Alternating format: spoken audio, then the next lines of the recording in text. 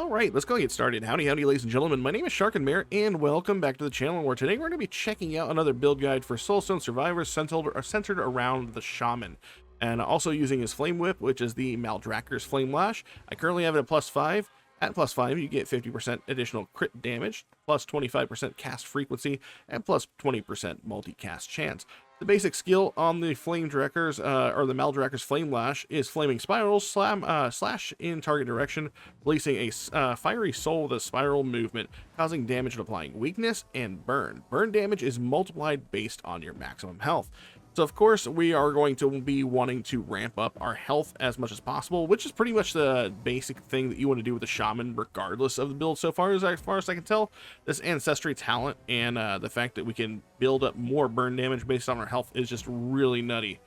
For skill wise, we also have the secondary weapon effect, which is going to be Volcanic Effigy. Conjures a totem of the position that causes flame damage or burn damage. It also builds up Ancestry, and we also have that trait Fortitude. And then I'm going to pair this with the Bull Charge skill, which is also going to have its damage increased based on our maximum health and causes daze. It also gives us Purity, and if you're not familiar with what Purity does, whenever you cast a skill, consume 20 stacks of Purity to release a wave of light which damage nearby enemies. If it hits more than 4 enemies, also heals you. So we do have some sustainability whenever we are using all Bull's Charge. Now, I'm also going to be combining this with Flame Wave because we have that Shatter debuff that's on enemies to reduce their armor. I'm also going to be picking up Meteor, so that we have Burn and Stun. Now, you really could pair this with another burn skill if you want, because I do want to stack as much burn as possible. I'm not entirely sure if this is this burn damage is multiplying your maximum health is basically maximized by everything else causing burn damage, but the one I'm actually going to be going with is Combustion. You can probably go with Flamethrower or Firebolt for extra weakness if you want to do some more weakness on enemies as much as possible, but I like the utility of having Combustion just going off every 0.5 seconds. As far as this build goes, this is actually the fastest clearing time for me. If we go over here, I tested this out just a minute ago, and as you can see, it actually breaks it down now. I don't remember this being the case, but it actually shows you how fast you cleared the base version of the game and then went into Overlord. So when I finished my first level run, I actually cleared this at 5 minutes and 5 seconds with this run. As you can tell with our Starweaver's Tail build, whenever we built a whole bunch of arcane stuff, we did it at 5:15. And then the previous build, which is the Shaman build, we cleared it at 5:41. So this is the fastest clearing build I have so far for the level. Rune-wise, we're going to go with Weapon Expert, Material Harvest, and Reroll Mastery. For our Tenacity runes, we're going to go with Dash Mastery, Light Feet, Extended Reach, and I swapped out the, the Divine Legacy for Searing Intensity, which is going to give us additional damage based on the stacks of Burn or Shattered on target up to a maximum of 25%. This is going to really help us out. Plus, of course, the fact that someone pointed out, I really wasn't maximizing my legendary rolls I was getting by re-rolling them into something more like achievable. So this is definitely a more passive upgrade for us. As far as skill tree goes, it is hard for me to discern or use CK show what the best options are since I have the whole tree maxed out. But again, Ancestral Ritual allows you to summon basically some Ancestral Guardians to help you, and they fight side by side with you, and they are absolutely just like great at clearing the room. Plus you get maximum health based off of those totems. There's Ancestral Guardians that summon, so you're going to be increasing your damage for your traits meanwhile. So whenever you're leveling that tree, make sure you're picking up all the nodes that basically increase your Ancestral Ritual first and then go after everything second. That's just my information. If you have a better build or anything like that, make sure you let me know in the comments. Let me know if there's something I'm doing wrong. But we're going to jump into run here if you like this sort of content. You want to see more build guides like this here on the channel, make sure you like, subscribe, comment down below, let me know what you think of the game, and let's jump into it. Also, you can tell that I really like the Shaman. This is actually the most played character I have so far. It didn't take me very long to get here, but I do definitely like the way the Shaman plays out. We're just going to be doing the Scorching Valley, of course, at Curse 7 with the entire 62 Curse Intensity. Let's check it out. Alright, so as we get into the game, I'm going to actually turn up my intensities for my graphical settings, just so you can see what it looks like. But as everything in Soulstone Survivor, it does get pretty nutty with all the graphical effects and hard to see all the red circles on the ground. I do hope that eventually they have some, accessibility options in the future that allow you to either darken the dangerous stuff on the ground, or let you change the color of it so it's much more noticeable. With there being so many red effects around, sometimes it's very, very hard to see where the danger is on the ground. And as we get more abilities, we're going to be seeing more and more effects show up, and it's just going to be really hard for us to basically see all that. I am going to go ahead and start banishing stuff that we don't need. We're not going to be using Stone Spiral Totem. Oh my god, I almost made a boo-boo there. We're going to take Meteor since it's already here. And we'll go ahead and summon these Ancestral Guardians just to get them on the table. They're going to help us clear out these minions much faster, working towards the first set of Void Lords. As you can see, we're already going to have them coming up. I'm going to go ahead and put Combustion on everything. Our first set of Lords are here for us to fight. These first set of Lords might not go down super fast, but with our Ancestral Guardians out, they definitely will be dropping much faster than they normally would. I'm going to go ahead and banish a lot of other things. We don't want Flamethrower. I'm not going to go with Flamethrower. I got 2 banishes left. Alright, so let's start re-rolling for the stuff that we need. We want Combustion. There we go. And, ooh, increased quantity of our Volcanic Effigy area effect. Let's go ahead and do that. We're gonna pick up an area effect whenever we can to spread that fire even faster. And then we got our final skill, Flame Wave, causing shatter towards all of our enemies, which is really good. Ooh, we got a nice little health buff there from that one. Looks like we have one Void Lord up, and now he is down. Excellent. We're gonna pick up let's go ahead and pick up Merciless. I would go ahead and pick up some crit chance, but we're fine for now. We have all of our skills, so I'm gonna go ahead and hit our bumper here, so that way we only get skills, skip the active skills, and we'll only get passives. Whenever you cast a fire type skill, you have a chance of casting another one of your current skills with a tight swing instantly. Well, we only have one swing skill, but it's gonna be really nice to have that swing. I would go for damage, but I'm really not concerned about the damage right away. What I would really like to see is some agile and some crit chance. And we're going to go in on Fiery Amplification a lot. The more burn we got going out, the better. And I honestly think that the burn is actually better than straight up increasing our damage, because that burn tick is going to hit a lot harder, I think. Multicast, absolutely. And then it looks like we have a shield tower down here. Let's go ahead and take care of that. I mean, we're only a minute 24 into the game, and we're already kind of getting nutty, and we're getting really, really lucky with the RNG here. But as you'll notice, as we get further into our run, the build stacks that we're getting, I'm gonna go ahead and start turning down my graphics a little bit here, so that way we can actually see what's going on. And yeah, basically we're gonna be pumping out a lot of fire stacks and increasing our health, and it's just going to be good for us. And because we have the heal from the bull charge, basically doing the purification, we're going to be really good. Oh my god, we got really, really lucky this round. I didn't get this until near the end of my first playthrough with this character on this build. Incinerate. Whenever you play a burn, a portion of the total damage is caused instantly in addition to the normal effects. We're going to go ahead and increase our health even more. We are getting super, super lucky right now. Multicast or multicast? Honestly, I wanted to go with the multicast on the Flaming Spiral. We're going to go with Flame Wave, because that's just going to make that pulse every more. Remember, the combustion on there and the Flame Wave, I think they are pretty fast ticks on those. We're going to go with Spontaneous Combustion, make all of our attacks do burn. I mean, not that we have really a problem with that. I think most every single thing that we have going out is a burn. I'm going to go with Spontaneous Combustion again. We just took down a tower that was sitting there on the edge of the screen. And we'll go ahead and get our Guardians coming out. We'll go with a Vicious thing, Strike. The area effect or more health? More health. Ignition Point, now our critical hits, and cause burn. Just a lot of burn. Now we have our Guardians coming out. And if you haven't realized, by the way, and I say this every time I do a build guide, if you're trying to maximize the number of enemies on screen, I always find, personally, that hanging out in a corner, like I am right now, is going to maximize the amount of enemies, because you have enemies spawning out of the walls on the top and the bottom. You can do it like any walls, really. It's not going to really make too much of a difference there. Ooh, we got a blue one for extra health. Dashing is not really going to be that big of a concern for us.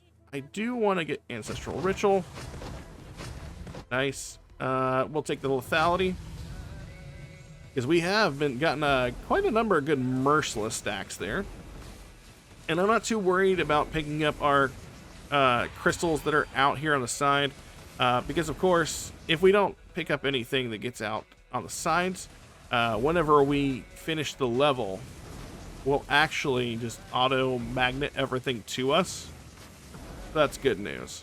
So, and I tend to not really worry about the XP on the ground, since we have so many of the Soulstones out that we can pick up.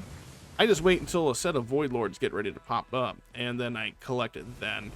Ooh, we got a blue magnetic, which is going to be really good for us.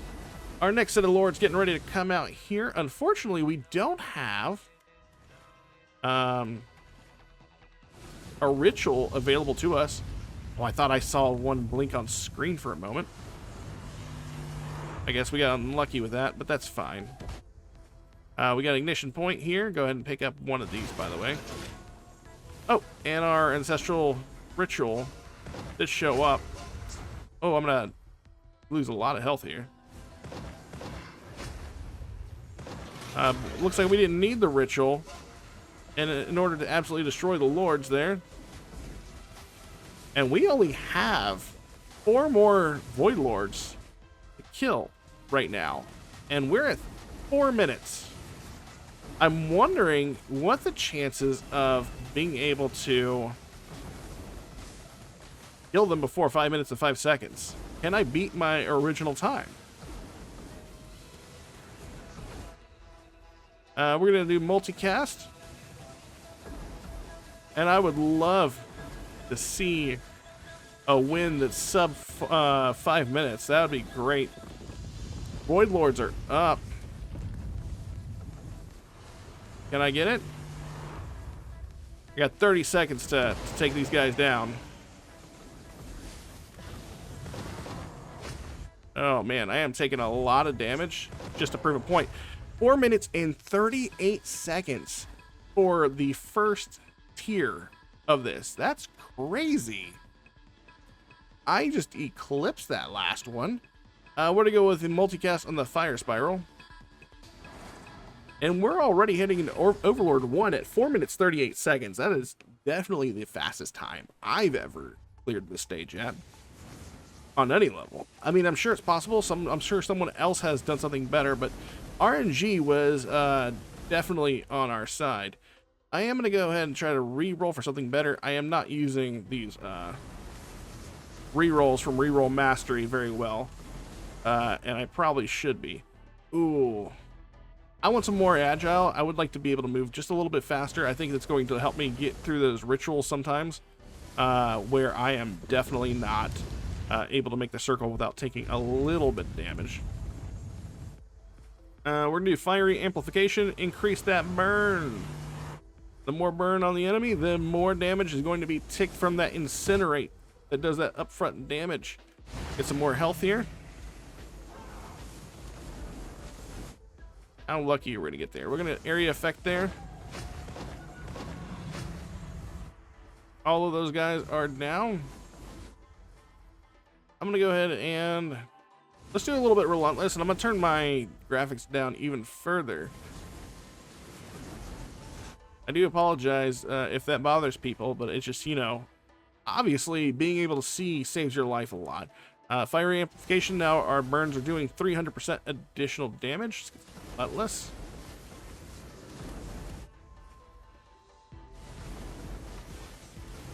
Yeah, I don't think any of these enemies are going to be living very long. And the cool thing is we're going to have some Lords pop up here in a second. And I wouldn't be surprised if these Lords died and then immediately had some new lords show up within a couple of seconds.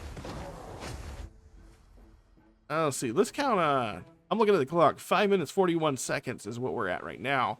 I'm kind of curious to see how long before the next set of lords show up. Of course, I am taking that area effect. Let's see. We can re-roll damage or area effect for meteor. Absolutely. Let's re-roll. Merciless. Why not? The 541. How long before we see the next set of lords? Kind of wanted to take that relentless.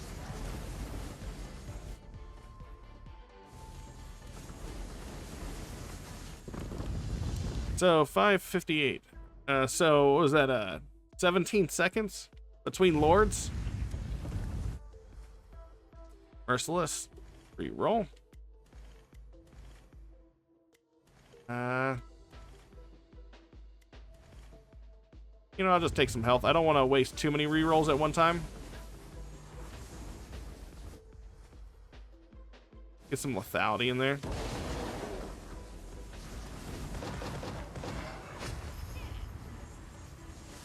Oh, looks like we got a treasure goblin. Was that what it was? I think we got a treasure goblin over there in the corner. I didn't actually know that treasure goblins could show up in this one. Does that mean we get a gold portal? I know in Tight Nut you get a treasure goblin that gives you a gold portal. That is just like a room of XP. Kind of curious to see if that's how that works. I don't even know where our lord spawned at. There they are.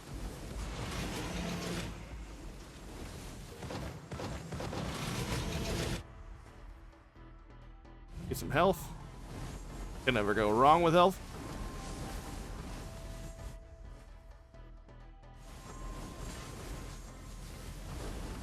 I'm gonna go ahead and pick up all these. Area effect, all your attacks. You know, ooh, agile. There we go. 30% movement buff.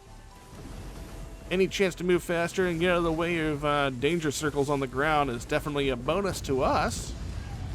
Looks like we have our ritual. Can we make it around the circle fast enough?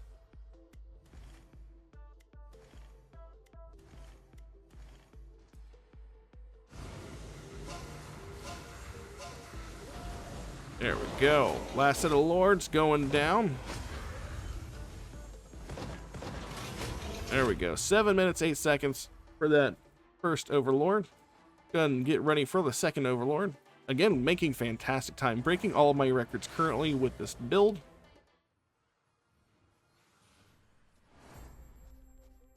And it didn't look like I saw a gold portal there. I did forget about it for just a minute, but it doesn't look like that we got the treasure room for getting the treasure goblin. Ooh, multicast on Meteor being a legendary. Nice. What I would like to see is another stack of the Incinerate to increase our Incinerate's upfront damage, because it would go from the 40% to, I believe, 60% for the first upgrade, if we were able to find that. Alright, first set of lords down. We'll go ahead and grab the Merciless. More Merciless. Lethality. And the burn. We have 450% burn. I do want to take the area effect, but honestly, I would like to do some casting here. And let's be honest, I am pretty stacked on our area effect. I'm actually going to go with magnetic, believe it or not, because that is more XP, which means faster leveling all around. These guys should drop pretty much the moment they spawn. Go with health. Yeah, pretty much the moment they spawn. They are probably alive for realistically like 3 seconds. Let's see.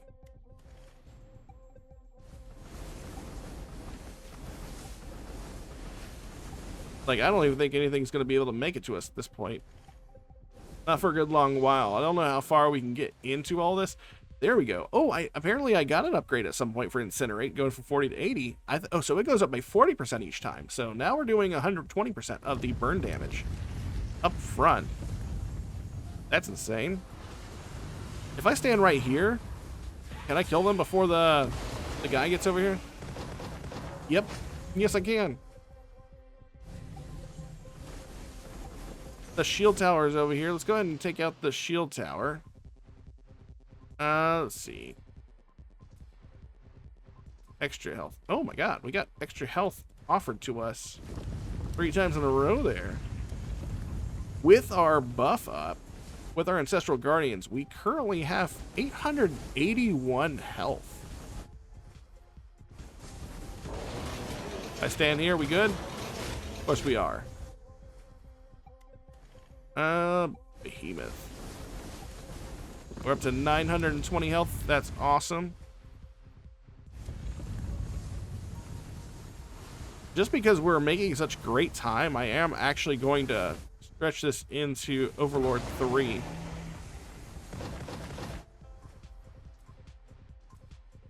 Thermal shock. Now we can burn enemy or slow enemies. That's nice. Let's see. I'll just keep on stacking on fiery amplification.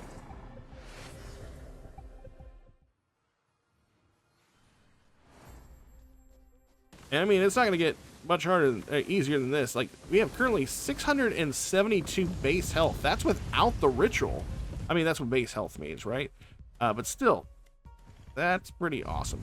718 base health now.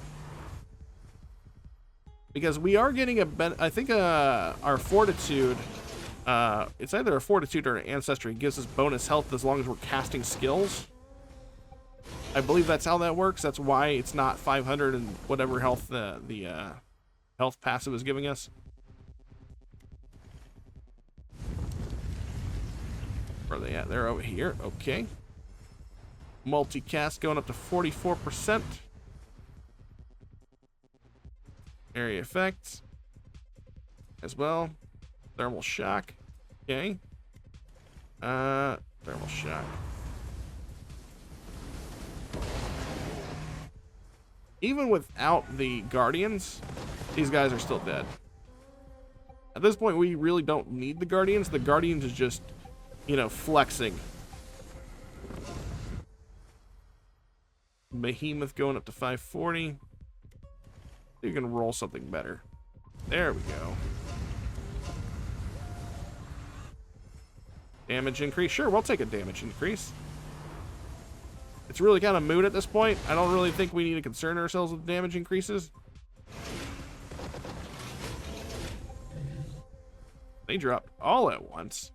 We don't need any more area effect. I think we're kind of good on the area effect. I'm only going to be worrying about armor just so we can make ourselves healthier. 100% additional cast speed with our cast frequency is nice. Lethality, there we go. We are almost, oh, hyperthermia, there we go. Disarray, they take extra damage. I forgot all about her disarray. Let's take some more of that. I mean, it's not gonna hurt to take all of that. And we were nowhere near the that shield tower before it went down.